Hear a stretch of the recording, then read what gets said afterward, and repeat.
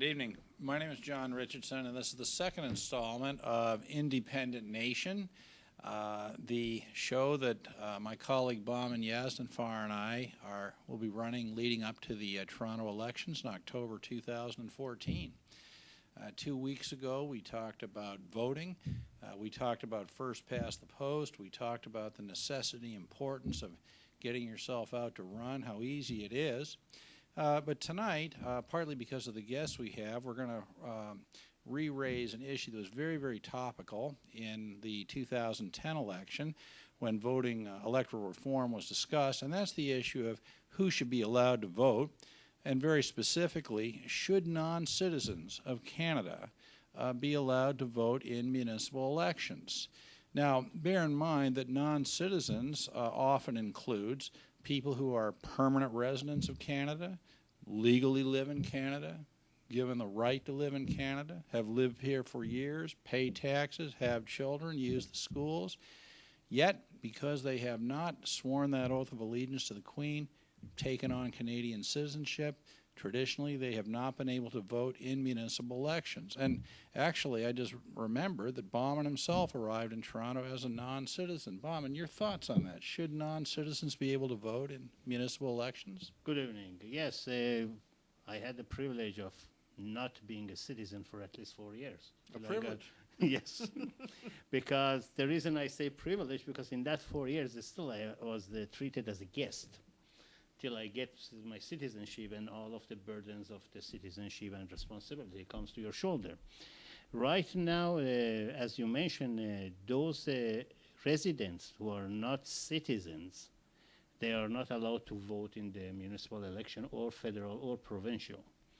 And that raises a question of if they are not allowed to vote, should they pay their taxes? If they pay taxes, now that's interesting. Should they vote? That's interesting. So if we want to get privilege of living in Canada, or in Toronto for that matter, if we are willing to pay all of our dues, I think we have the right to choose who should be there. Well, that's interesting. So you think that voting should be tied to participation, contribution to the community. Actually, on that note, let's introduce our other guest this evening. We have two more people who moved to Toronto as non-citizens. This is Trish Moon, who hails from the country south of us, the United States. I think the state of yes. the exciting states, the state of Ohio, I believe. Mm-hmm. And seated beside her, Peter Dunn, who actually he does not hail from the south of us, but I think from the north of most of us, the state of Alaska. Am I right?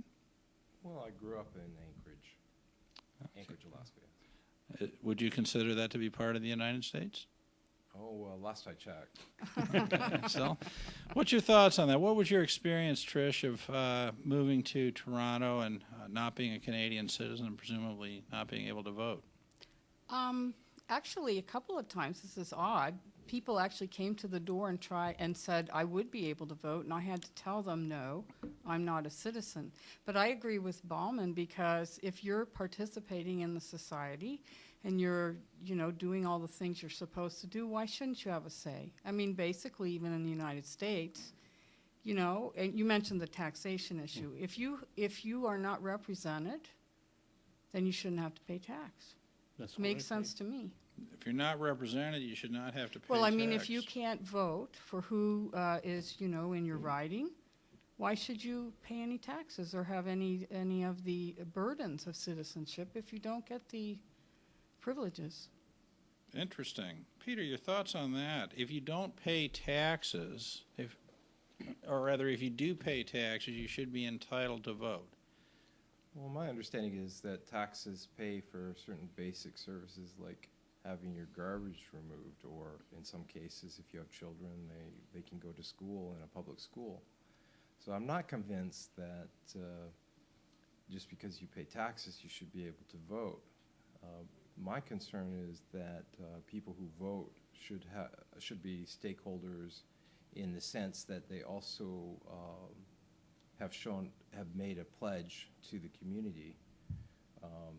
So, for example, when I didn't start voting until I became a Canadian citizen in 2011. But I made that pledge to the Queen. I know some people think that's a funny thing to pledge to the Queen, but I took that very seriously, that I was going to show loyalty to the Queen of Canada, and so that made me a full participant in the community in which I lived. And so I'm not convinced that people who haven't made that pledge should be able to vote. However, I would argue that we shouldn't make it more onerous to become a Canadian citizen, and they need to really streamline the process, because right now the waiting time, once you've deposited your application with the federal government, is 2 years. So that makes it much harder to become a Canadian citizen if you have to wait that long. Now, now, it's interesting. So all three of you started off not as Canadian citizens. You are all now Canadian citizens. Are you also citizens of your prior country? I personally do not carry any other passport except Canadian passport for the last 25 years. But at Peter's point that they are paying for garbage and all these sort of things, what we have to understand, those 60 or 50% of those people who are citizens, they don't even participate in voting. So really it's a catch-22. Do we want to totally give the authority of our governments, regardless of the level, municipal, provincial, or federal, in the hand of a minority of the people who choose to go to cast their vote? Or do we prefer to have a little bit more responsible people who are paying their taxes and they are not entitled to vote? So as you said, it's a catch-22. First of all, we have the issue of the backlog of the citizenship from the time that they finish their 3 years and deposit their documents with the federal government to the time that they go for the oath. But at the same token, these people are more eager to go and vote, or probably even more knowledgeable, because they have to pass the test That's right. in front of the judge about the political system. I have met a lot of people, immigrant or non-immigrant, who have Canadian citizenship, and they don't know about the process or the principles of the governing in Canada. Well, I suppose it's interesting, because if you've always been a Canadian citizen, what incentive is there to really learn about that? And I think that, in my experience, the immigrants who become Canadian citizens are much more appreciative of Canadian citizenship than perhaps the people who've lived here their whole lives. But Peter, you make an interesting point. So you say you think voting should be tied largely to a commitment to the community. Did I understand you correctly? Well, yeah, I mean, there is the possibility always that you could have an outside group come in and then take over the political system. And so in order to prevent an outside group from doing that, then it seems to me the best thing is to have some sort of pledge or commitment that you make to the community. And this is one of the difficulties with dual citizens, because if a person has dual citizenship, in some cases they're not fully loyal to the community in which they live. They may have a sense of belonging to the country from which they have their second citizenship. Now, are you a dual citizen yourself? No, I've never been a dual citizen. In 2011, I became a Canadian citizen, and I then relinquished my United States citizenship. Relinquished your United States citizenship? Yes. That means you give it up. Okay, and this was a deliberate choice on your part? Well, absolutely. And I wrote a statement in which I said I didn't think it was possible to be fully loyal to more than one country, and that in order to fulfill my obligations towards the country to which I was making a pledge, I had to give up my United States citizenship. And Trish, what is your, are you a dual citizen? No, I'm only a Canadian citizen for the last 2 years, And how long have you been a Canadian citizen? since 2008. Canadian since 2008? Well, yeah, and And so- Canadian only since 2012? 2012. And I'm different from Peter. I renounced my citizenship, which is similar. But I enjoyed being a dual citizen, actually. I thought it was nice to be able to retain a tie to my own country, but then things happened in such a fashion that my country kind of let me off. They let us down. So I left, and I'm much happier to just have one. I do agree with Peter. I think it's confusing, and you don't know how to pick your loyalties, and I may not feel the loyalty to the Queen perhaps, but some of the ideals of Canada that I really appreciate, like when I became a Canadian, there was probably 100 people, I think, that day. There were 75 different nationalities in that room, and that was really quite a feeling. Do you know what I mean? And I agree with you. I think when you choose to become a Canadian, then you do feel voting is important, or whatever way you take part in your community. You know, in the citizenship manual, they emphasized a lot, at least when I did it, volunteerism. And actually, literally, we're doing that in our own communities with those of us who are angry about losing our American citizenship. So Why would you be angry about losing your American citizenship? You seem actually a very proud and, I would say, patriotic Canadian. That's the impression I have of you. Well, thank you. The Americans decided to try and enforce laws that they had never really told any of us about.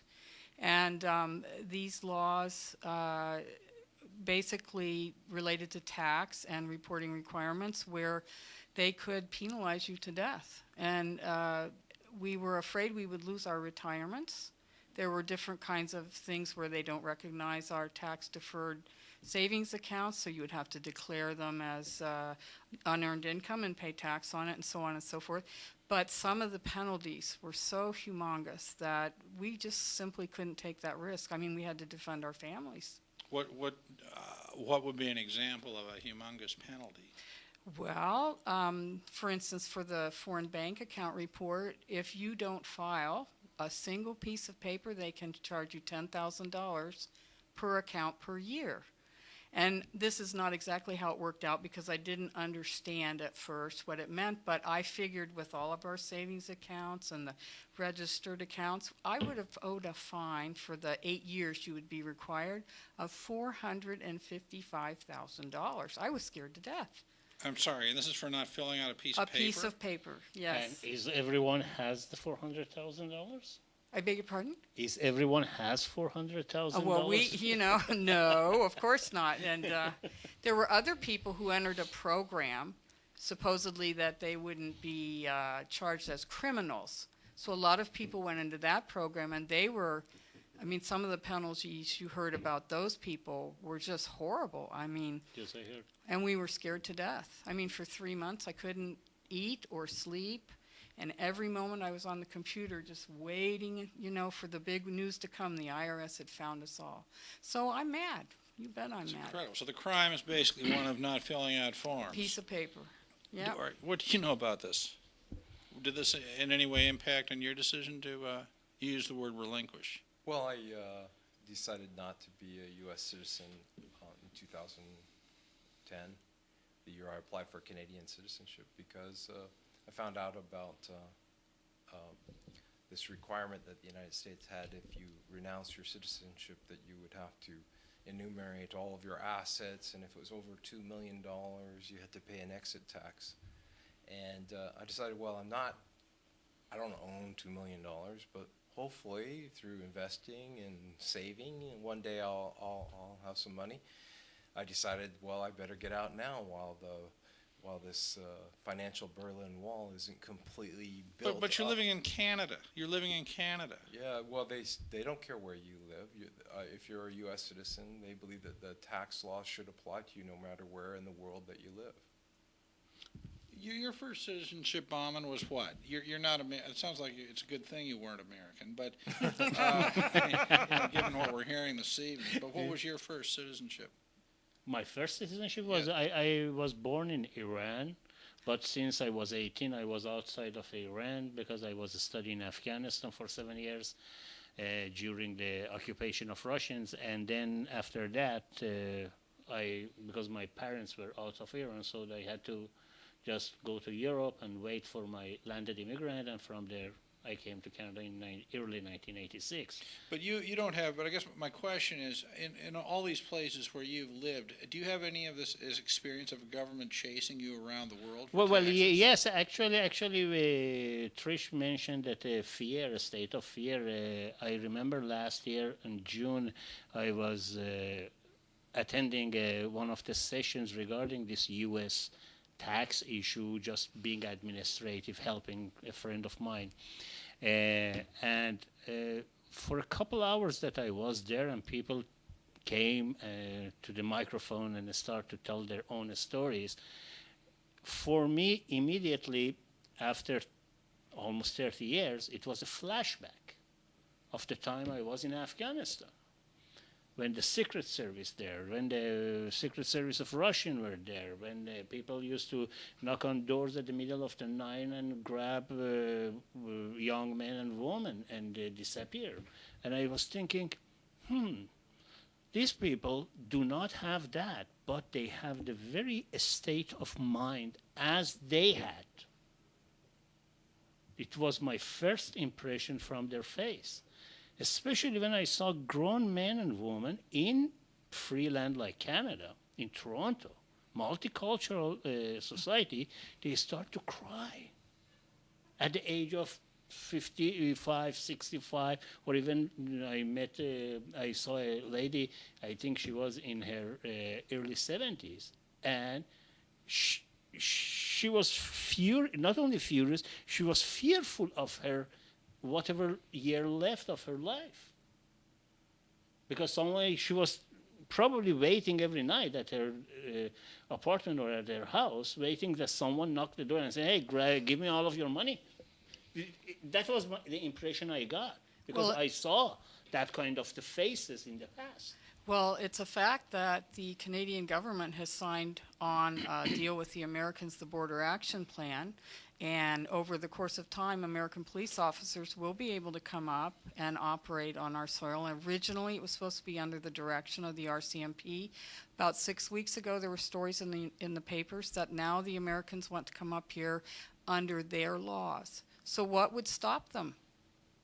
Who would stop them from coming to that lady's store? By under their laws, you mean that they come from the United States sort of cloaked in U.S. immunity or something? And can do what they want? Is that what you're suggesting? That's what I would be afraid of. Let's say the IRS, I was a wealthy person, which I'm not.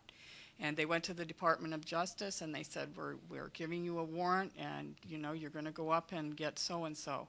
Who would stop them? I mean, I thought about changing my name. I thought about doing all sorts of things so that I could be sure they couldn't get me. I know it sounds a bit paranoid, but I feel the same way as that lady. Absolutely. It's probably necessary to explain that they have a new law called FATCA, which under FATCA they are forcing all the banks in the world to reveal the information, the account information of American citizens, people what are called U.S. persons. It could be a U.S. citizen or a green card holder. But the way they'd know about it is if you're born in the United States.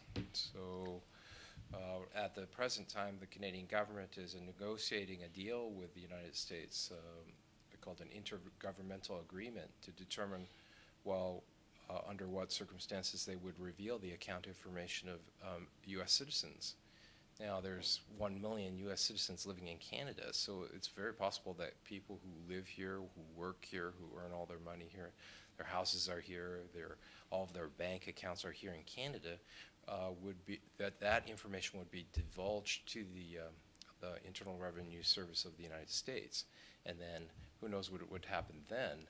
I mean, it's possible that the IRS would then just send them a bill for half of what's in their accounts, because the maximum civil penalty for an undisclosed undisclosed account in the United States, foreign account, which, they're Canadian accounts, but they're foreign as far as the United States is concerned. They're local to you, aren't they? They're local to us, but they're foreign as far as the United States is concerned. So that the maximum civil penalty for an undisclosed foreign bank account is 50% of the maximum balance of that account for the year.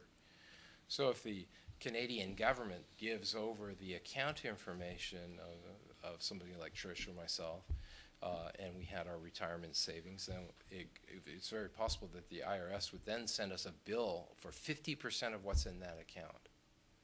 This sounds fantastic. Why would any country, I mean, I'm not aware of a precedent for this in the world where a country has chased its citizens outside its borders?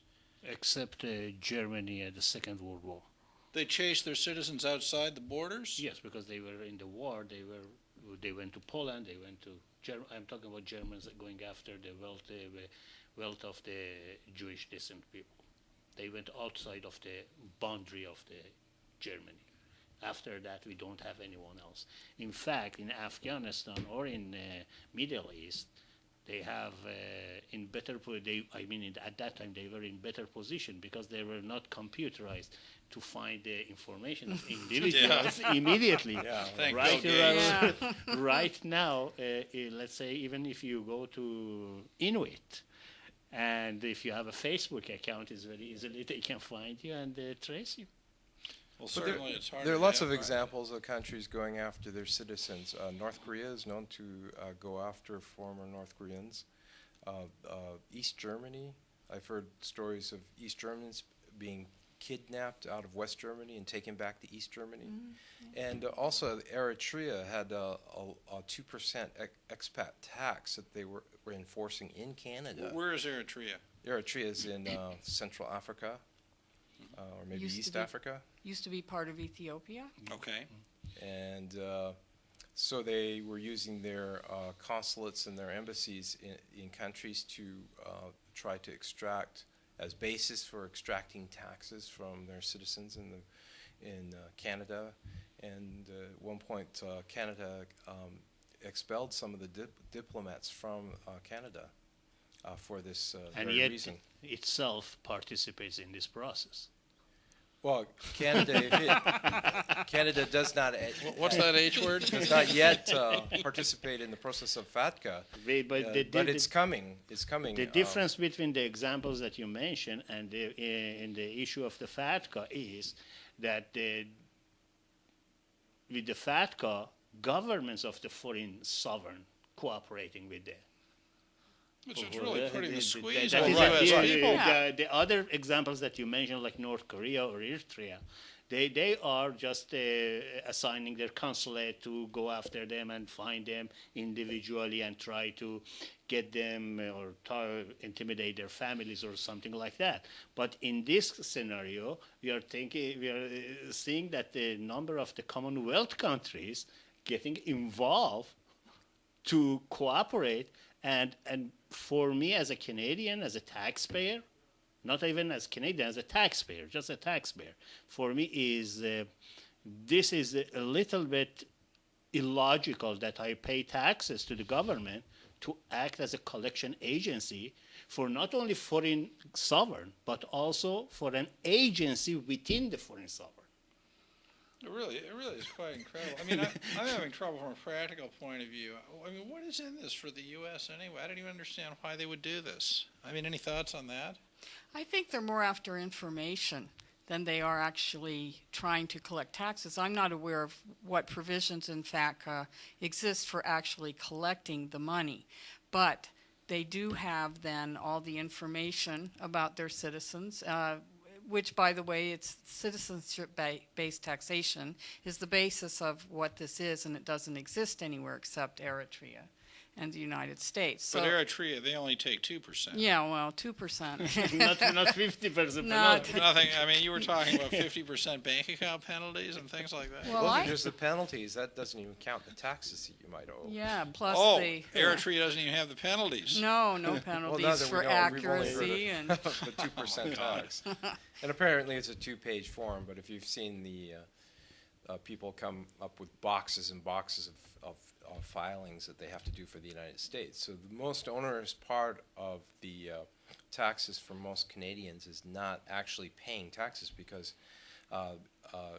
thankfully in Canada we pay more taxes than they do in the United States.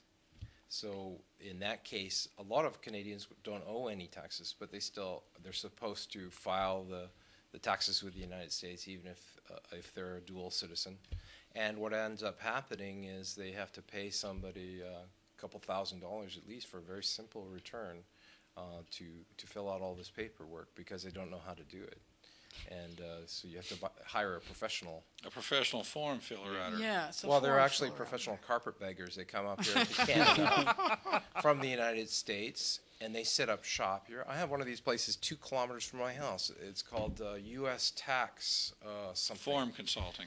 Well, they'll fill out your forms and everything, but I see them as a hostile business in Canada because what their job is to help, U.S. citizens fill out their taxes for the United States. And how is that helping Canada?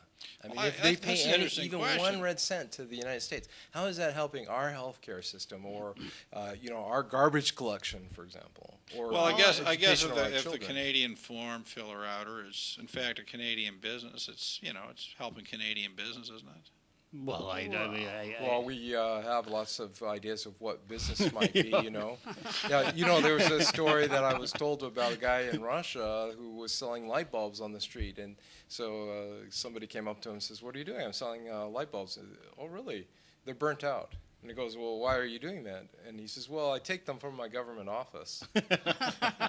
Oh, no, he says, "I sell the burnt out ones so that they can go to work and take the good light bulb and put the burnt out one in the socket. And when they go home, they can put the good one in there." Ah, I have one of my auditors just recently told me, I said, "Oh, I sent you this so-and-so form." And he replied to me and said, "There is no such a thing as too much paperwork."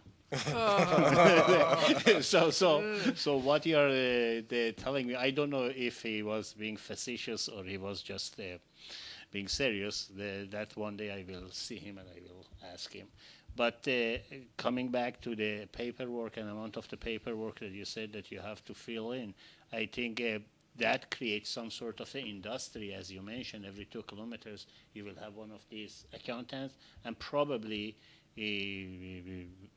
having a roommate, a lawyer, of course, Yeah. sitting there and But I claiming don't- that we are giving you advice on how to fill that. Yeah, I don't consider it a legitimate business. Now imagine if China decided that it was going to put an expat tax on everybody who is ethnically Han Chinese. Yes, they have Okay. to hire India to So do that. then they start setting up these little China tax services offices all over Los Angeles and San Francisco and every single city in the United States that has a Chinatown. Okay? How long do you think that would last in the United That States? is why I said they have to hire India, the whole do it, population, yeah. to do the well, paperwork. it does seem to me that it's a bit of a sort of an extraterritorial attempt of power, isn't it? I mean, what I don't understand is, Canada's a sovereign country, the United States is a sovereign country, Mexico's a sovereign country. I mean, how can these U.S. laws be applied here anyway?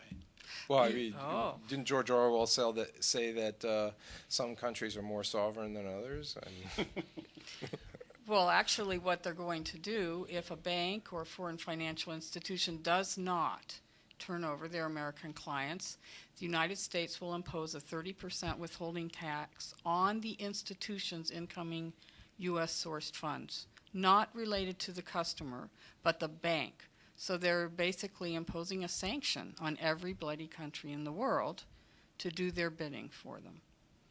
Why So- would anybody go along with this? I don't understand. because What's they're, in it for I think it's Canada? because they're insane. I mean, consider this. I mean, if you say we're going to put a 30% tax, withholding tax on basically their economic sanctions, well, let's say they're going to transfer some money for the electricity that they buy from Canada or from the oil or any of the other exports from Canada. How long do you think that people on the receiving end will accept a 30% sanction or a 30% cut of what they ask for? They wouldn't even make their costs.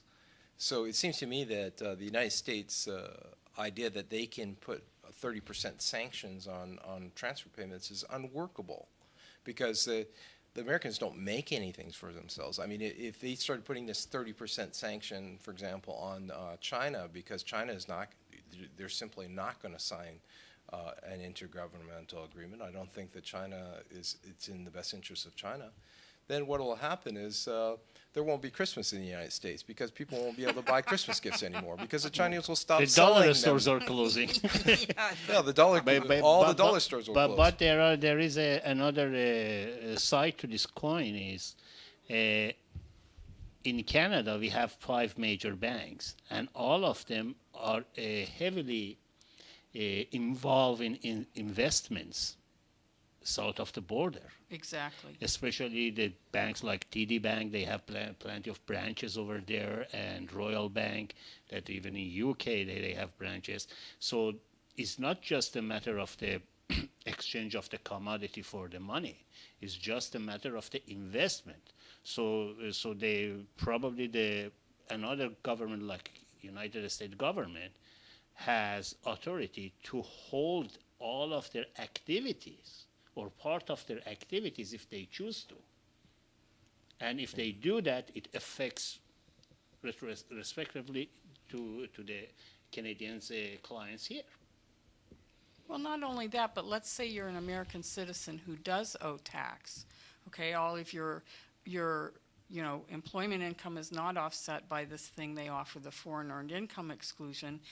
If you end up paying tax to the Americans and all the money is earned here in Canada, then they're taking money away from our economy, which is, I think, perverse. And this thing is not new. I think since 1991-92 that they lax the whole ownership of the foreign investment in Canada, which is now a foreign company can hold even up to 100% of the ownership. That opens a gate for this type of activity.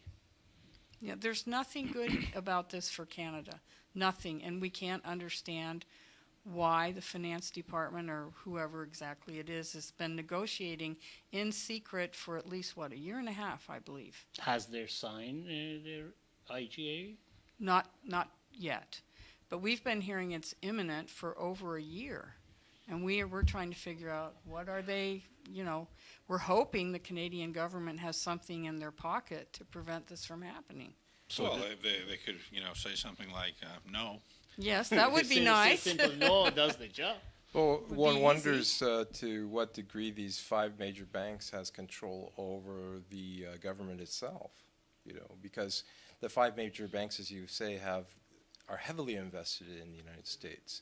Now, they will tell you that they have to obey a U.S. law, but they're Canadian banks, which are supposed to be governed by the Bank Act of Canada, not by laws written in Washington, D.C. Well, So there is a difference between the act and policing the act, of course. Well, yes, but when I became a Canadian, I did so. I made this pledge to the Queen of Canada. I mean, to bring it back to the question of citizenship, I made this pledge to the Queen of Canada because I wanted her protection. So the first non-negotiable aspect of the contract between a nation and its citizen is that the nation will protect its citizens. Well, that is the ideal way and the common way to look at it. But the way that we have witnessed in the last decades or two, either to some extent Canada, but mostly in the United States, that the governments running the country like cattle rangers. They just get their citizens and then brand them, and they become their property rather than they have their rights. Well, that certainly would be true in the case of American citizenship if they're chasing their citizens all around the world. But actually, on that point, on the issue of American citizenship, I have heard, and perhaps either Trish or Peter have some information or thoughts on this. I mean, when does this end? I mean, what about the children of Americans in Canada? Are they also American citizens, or does this go on forever? Well, if the children are born in Canada, then there's no way for the United States to prove that they're Canadian. That they're Americans, and so it really ends with those who have a birthplace in the United States. Well, not exactly, Peter, because many Americans have registered their kids. It used to be a privilege you'd want to give your children. They'd have the right to work there because the economy was so booming, or going to university. That's the reason I registered my son. And so he had to formally renounce as well. We made that decision as a family so there wouldn't be any problems with inheriting money and so on, because the U.S. also has unusual laws about, estate tax and all this sort of thing. So I don't know. They also are going after what is it, anchor babies? People that have, So they have to carry the sins of the parents. exactly. Or we call in Canada border babies, people born in the United States because there's not a good hospital on the Canadian side of the border. So if someone is in Niagara Falls and the hospital is busy or they don't have Yeah, the staff, exactly. and just they travel across the bridge to give a birth, then they are doomed for the rest of their lives Yep. to IRS. Yep, But because part of- they're American citizens. But part of what I'm getting at is that if the bank doesn't know you're a U.S. citizen, then they may eventually start asking you for proof that you're Canadian and that you're not American, so you could show them your passport or your birth certificate with a How Canadian could anybody birthplace. prove they are not American? Isn't Well- it unconstitutional, first of all? Are you Ooh, I or think it's have a- you Well, ever we been call- a citizen of the United States of America? Sounds Yeah, like yeah. you've been I think accused of a crime. it is definitely a violation of a Privacy. person's charter rights to ask them if they're a U.S. citizen when they're opening up a bank account. While I would think it was against your human rights because of what's called national origin discrimination. When you come to the bank, I can't ask you what country you were born in. I mean, that's ridiculous. I mean, if they outrageous. do want to do that, they have to put 191 countries in the world that is registered under UN and say, okay, tell me which countries are you? But only the United can't do only that. the United States is Just- asking you to yes. rat out their citizens. So I Have mean, any of you had the experience? I mean, I'm just, as I listen to you talk about this, I'm trying to think, have I ever been asked where I was born? And I don't think I have. You mean at a bank? Well, anywhere. Anywhere? Well, other than maybe at a border Oh, well, crossing well. into another country. But I mean, just in day-to-day life, I don't recall ever having been asked where I was born. Unless I am just buying eggs and the guy has interest on my accent. Yeah, Nobody else. exactly. Yeah. Well, Yeah, yeah. do you have a passport? It's on your passport. Yeah. It is on the passport, but I am saying nobody asks you. Yeah, well, it's on the form. You have to Yeah, fill out the yeah, form. yeah, yes, You're being of asked. course. Well, if you're pulled over for a speeding ticket, they don't ask you where you were born. That is No, that is- That's you true. open a bank account. I haven't opened one for many years, but I don't recall ever having been asked where I was born. Well, if a policeman asks you where you were born when he pulls you over, I mean, that might be a reason to try to get him fired. You're Let me, right, that is let me why- ask you a question, just to kind of shift this ever so slightly. A couple of weeks ago, it's no secret that the government of Canada is in the process of considering the reform of the citizenship laws in Canada.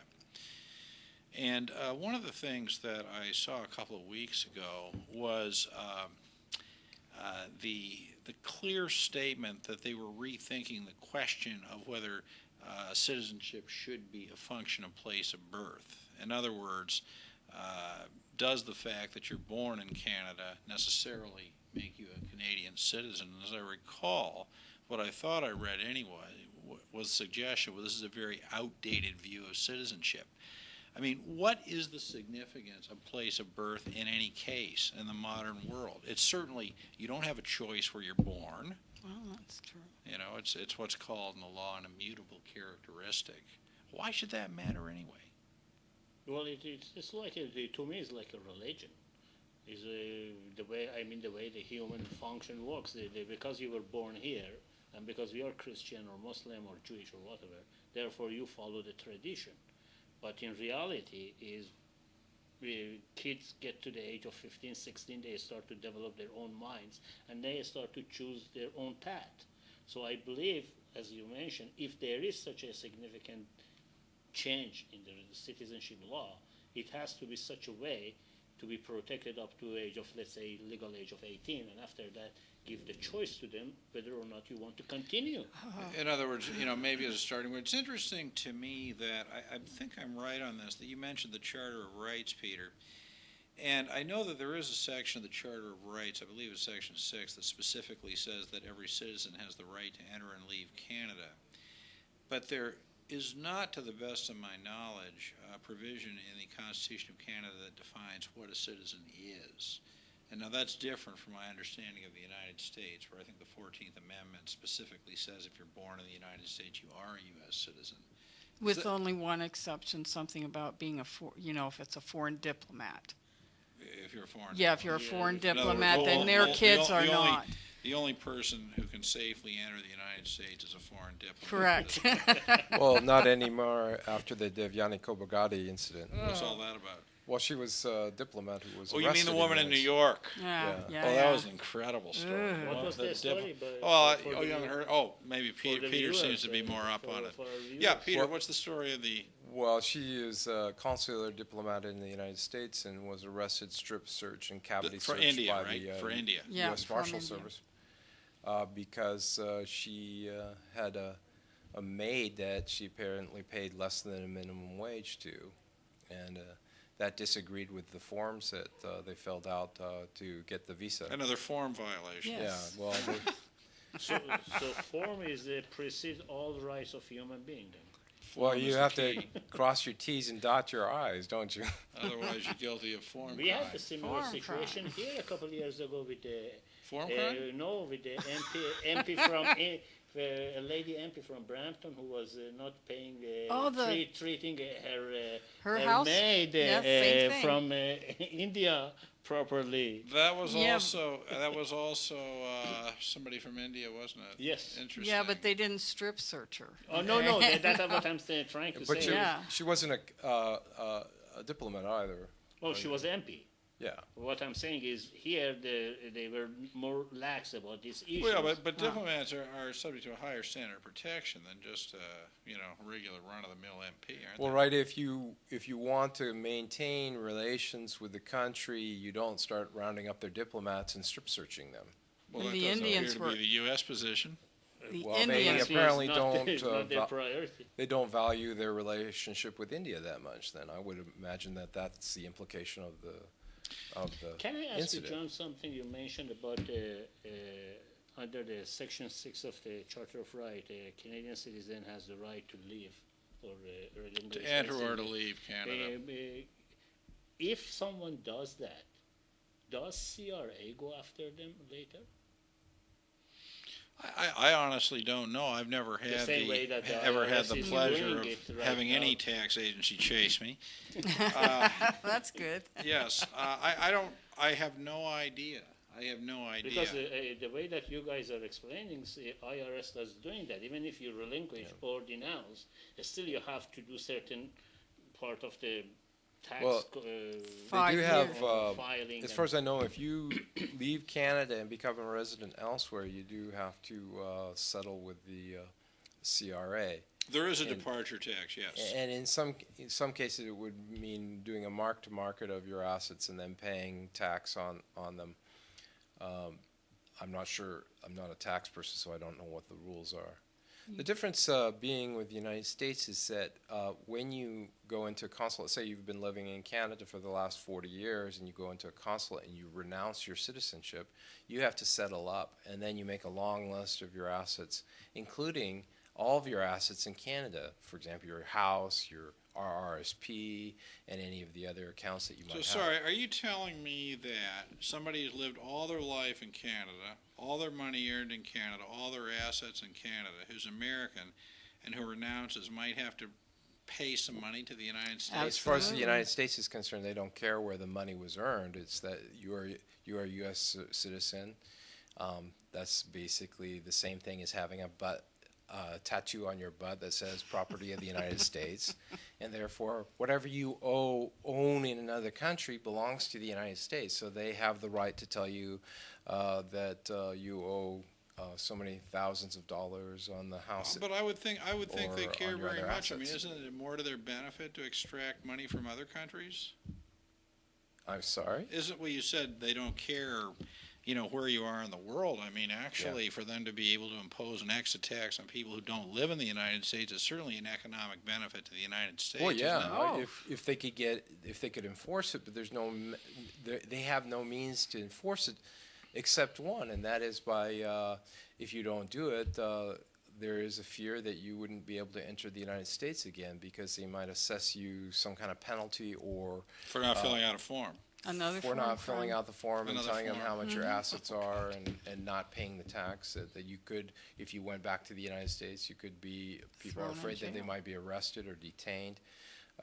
They, it's, the, to get out cleanly, you have to fill out the forms and do the forms. But there's always a possibility of just renouncing your citizenship, and just simply forgetting about the tax filing requirements of the IRS. But You but can they- do but- that, but then it makes it uncertain what would happen to you if you went back to the United States. But administrative portion of the applying this such a law it's huge. It's very expensive to be able to enforce this kind of a law in the whole world. I mean, I'm having trouble seeing how this could possibly be worth it for the United States. is or why any I'm other saying, country to I be mean, chasing people around. Yeah, but even if they collect $1 trillion, if they have to spend another trillion to just do that, it Well- reminds me of city of Toronto. In last 10, 15, 20, almost 20 years, every single year I hear the city of Toronto says, oh, we have 5,000 or I'm just using this number approximately 5,000 homeless people in the city of Toronto, and we do all our best to shelter them, and we spend $200 million a year for them. So it comes to $40,000 per homeless. If they give them $20,000, which is equal to the minimum wage right now, they save $100 million in the first place. so I don't understand the logic behind the spending or throwing the good money after the bad. But it's not about revenue. It's actually not about that. It's about punishing people for leaving. They don't have anything else to do. Well- All of the issues in the United States has been resolved. The Now we are focusing on the people outside of the country, how to scare them. Well, the thing is that rich people in the United States have been known to renounce their citizenship and move to another country, and in that way they escape certain kinds of taxation in the United States through tax loopholes. And so the laws that are designed to tax citizens in other countries and to force them to pay exit taxes and this sort of thing are actually punishments for leaving and giving up your citizenship. But what you're describing is just as like burning wet and dry in the same pile. So that means because they want to go after just a few people or a very small number of people with a high amount of the wealth, therefore they are just applying it for the rest of the population who choose to live outside of United States, even if they are in the moderate income or even below average economy. Well, they're misapplying the law. The laws are written for the people who are wealthy. For instance, this FBAR, this foreign bank account report, that's intended to be towards Americans who live or they're resident in the United States and they have foreign accounts outside the country. And instead of, following the intent of that law, they look at it very fundamentally and they say, you live in Canada and that's a foreign account. So who are they getting? They're getting all the little guys because the wealthy people have lawyers who get them out of this. And they know darn good and well, the IRS knows, the Congress knows, and they do nothing to fix it. But are you sure that's not who they were going after in the first place? All these I U.S. don't know. citizens all I don't around know. the world who aren't paying their taxes. Well, it seems to me that the real value of all of these forms are the forms that are not properly completed, because I mean, they can assess a penalty. I mean, what Yeah. good 20% for what an good is error. the bank account information of any of us sitting at this table? I mean, Yeah, they very, can take very it all. little. But boy, what good is if we don't file that form? So it's just creating job for certain people. Well, Over the, The accountants and the lawyers. The What law- did yeah. Shakespeare Lawyers, said. Yeah, yeah, the carpetbaggers. the carpetbaggers. Well, even in Canada, the whole parliament, federally and provincially, run by accountants and lawyers mainly. I mean, there was an article just a couple of weeks ago in the Toronto Star that the federal government, since the 2011 that they were elected, they spend about $2.7 billion on outside legal advices. not including the internal lawyers that they have. And I did some simple calculation. It came to over $1 million outside consulting for every single day, including weekends. You know what I find amazing is, this whole culture we live in of forms and compliance and lawyers and accountants. The saddest thing about it is, and I hate to admit this about myself, but it's true, Uh-oh. is that, it is the compliance burdens of life, these forms are so great that, when I file my taxes every April 30th, I breathe a sigh of relief and feel that I've actually accomplished something. I mean, it's very sad, isn't Or it? at least a task is Off the No. table. I'm being honest here. I feel like I have really accomplished something of significance. When I get these forms filled out, and yes, and, it's and better send than them in. birthdays. But you're telling me the U.S. situation is far, far worse. Definitely is. Well, I mean, the problem is if you are living in another country and you were born in the United States and they expect you to file the taxes, I mean, you talk about the feeling of accomplishment. Well, I don't feel that sense of accomplishment when I have to file 2 tax forms to 2 different countries. You don't feel twice the level of accomplishment that I do? Yeah, it doesn't feel that way. You're kidding. It's just a burden. It's anxiety, and whenever I get a letter in the mail from the CRA, my heart just drops into my stomach. And it's the same thing with the IRS. And that's one of the reasons why I had to give up my U.S. citizenship. Health reasons. Health Yes. reasons. It's sanity. I can't take that every time you go to the mailbox and you find something from both the CRA or the Oh my IRS. God! On the same day, both those things. Well, I never got them on the same day, but Oh my God! That would be 90% of the way to a heart attack, I think, for most people. But United States is land that everyone sues everyone for everything. So is there any What about- precedent for people who just sue IRS for the health reason because it caused them to go through such a agony and the fear and the Well, they would probably say trauma. you can't, your laws don't apply here. You can't sue us. but their laws Well, applies here too to Of collect. course. Well, That's American Well, exceptionalism. Tricia's hitting a point. If you pay taxes in another country where you don't live, then none of the services of that country apply to you. You're not getting any benefits from the taxation that you're. Which comes paying. back to our original statement. Oh, if, yeah. if people are getting a benefit and participate in the society, they should get the benefit of voting and choosing their government. But if they are not getting that, therefore it has to apply both sides. It's not just one-way street and say, okay, I want this part is good for me, I keep it, and this part is not good for me, I relinquish it.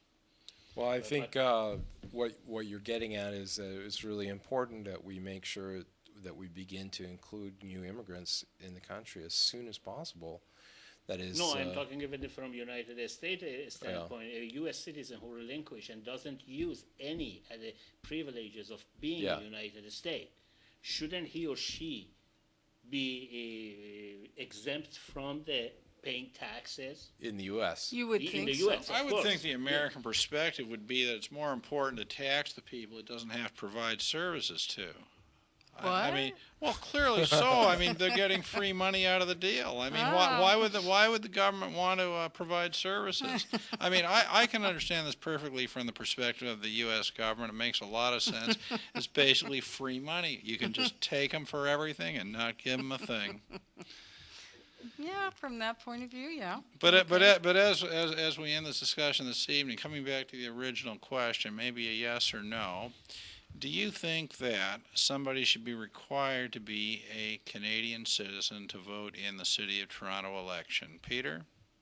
Well, my point of view, I said was I think Yes it's or no? it's yes and no. I like that. Trish? I think they don't need to be a citizen. I think that if you're participating in the society and you're a good person and you're using the services and you're paying your taxes, why should you have to be a citizen? I say no. Okay, Bauman? With all the technology that we have, and we can control without invading a city with the foreigners and say, oh, they took over the government. I believe that we have enough means available to let them, as long as they have lived here for a number of years and they contributed and they are using, they are part of the society, they should be able to do, at least in the municipal Is level. that a yes? Yes. Okay. And finally, Yourself. what do you think, citizen? Oh, what do I think? I think what I think is that citizenship is irrelevant to voting, which leads me to partly because I'm not even sure what it's supposed to mean. I mean, if somebody were listening to the whole discussion tonight, you get the feeling that American citizenship means nothing but paying taxes. I mean, one must ask. I mean, what does citizenship mean? Tomorrow night, President Obama is giving us a State of the Union address, I believe, and I remember a year ago, as part of it, he made some statements about citizenship, saying that something to the effect that as citizens we have certain obligations to each other, etc. I mean, clearly the government of the United States doesn't think it has any obligations to its citizens abroad. But I mean, what do you think citizenship even is? And I ask this question partly because I find it very interesting that although the U.S. Constitution says if you're born in the United States you are a citizen, the Canadian Constitution does not define what a citizen is. What do you think citizenship is? Well, I think that if you look at the history of humanity, you'll find that people group together in levels of groups such as family, clan, tribe, and so forth. And one of the reasons why they do it is to provide mutual protection. So in my view, a nation is there in order to protect its citizens. So the first thing is that a citizen may have obligations towards that country, but it's only because that country is protecting them. Sort So of a it's- defense co-op. Yeah. Exactly. You Interesting. you get together and you create a nation because you want to be able to protect that nation from various threats. For current economies of scale, we can do more together than we could do individually, or something of that nature. That's interesting. Trish, what do you think? Citizenship, what does it even mean? I'm not even sure now. I've been thinking about everything that everyone's saying. I mean, I sort of think that it would be more interesting if we could work outside those boundaries. I mean, it sounds kind of silly, but the Gene Roddenberry idea that humans would have enough respect for each other that such protection wouldn't even be necessary. Because we would, I mean, I know it's kind of silly in a way, but that, if it was an ideal that could be had, I would prefer to see that people didn't need to be protected from such things. It's usually petty stuff that nations fight about, eh? Maybe Thomas Hobbes disagrees with you. That's an incredibly interesting point. A couple of years ago in the G20, I was in Toronto. I was outside talking to my neighbor, and he said to me, John, I'll tell you something. All these leaders are coming to Toronto. He said, if these people really were such great leaders, they wouldn't need any protection at all. And I thought that was kind of an interesting comment. We have to wrap thing tonight. I think it is about 9:15. Then you get the last word. What does citizenship mean to you, Bauman? Citizenship to me is a combination, collective number of the people who want to live together in harmonious way. That is the citizenship. Someone asked me a couple of years ago, so and so, the name of one country, I don't remember which country was that. It's not a country. I said, why is not the country? He said, because it's not registered with UN. I said, that is not definition of the country. The definition of the country is a collective group of people cohesively live together in a harmony and peaceful manner. Not necessarily, I'm not saying that there is no incident, but generally speaking, when we say Canada, when we say Toronto is a very diverse society, because we do not have bloodshed on the street, we do not have people rampaging to each other's property every day, and we have relatively very peaceful society. That is the meaning of the citizenship. Wow. And for my part, I don't have a clue what it is after listening to this, but I will say this. It sounds like American citizenship costs an awful lot of money. Yes. Thank you very much. That's the end of the evening, and we'll see you again in 2 weeks. Thanking specifically Peter Dunn, Trish Moon, Thank you. and Bauman and myself. Yes. Thank you. Please don't Good night. forget to participate. Yes, don't forget to vote. Thank you.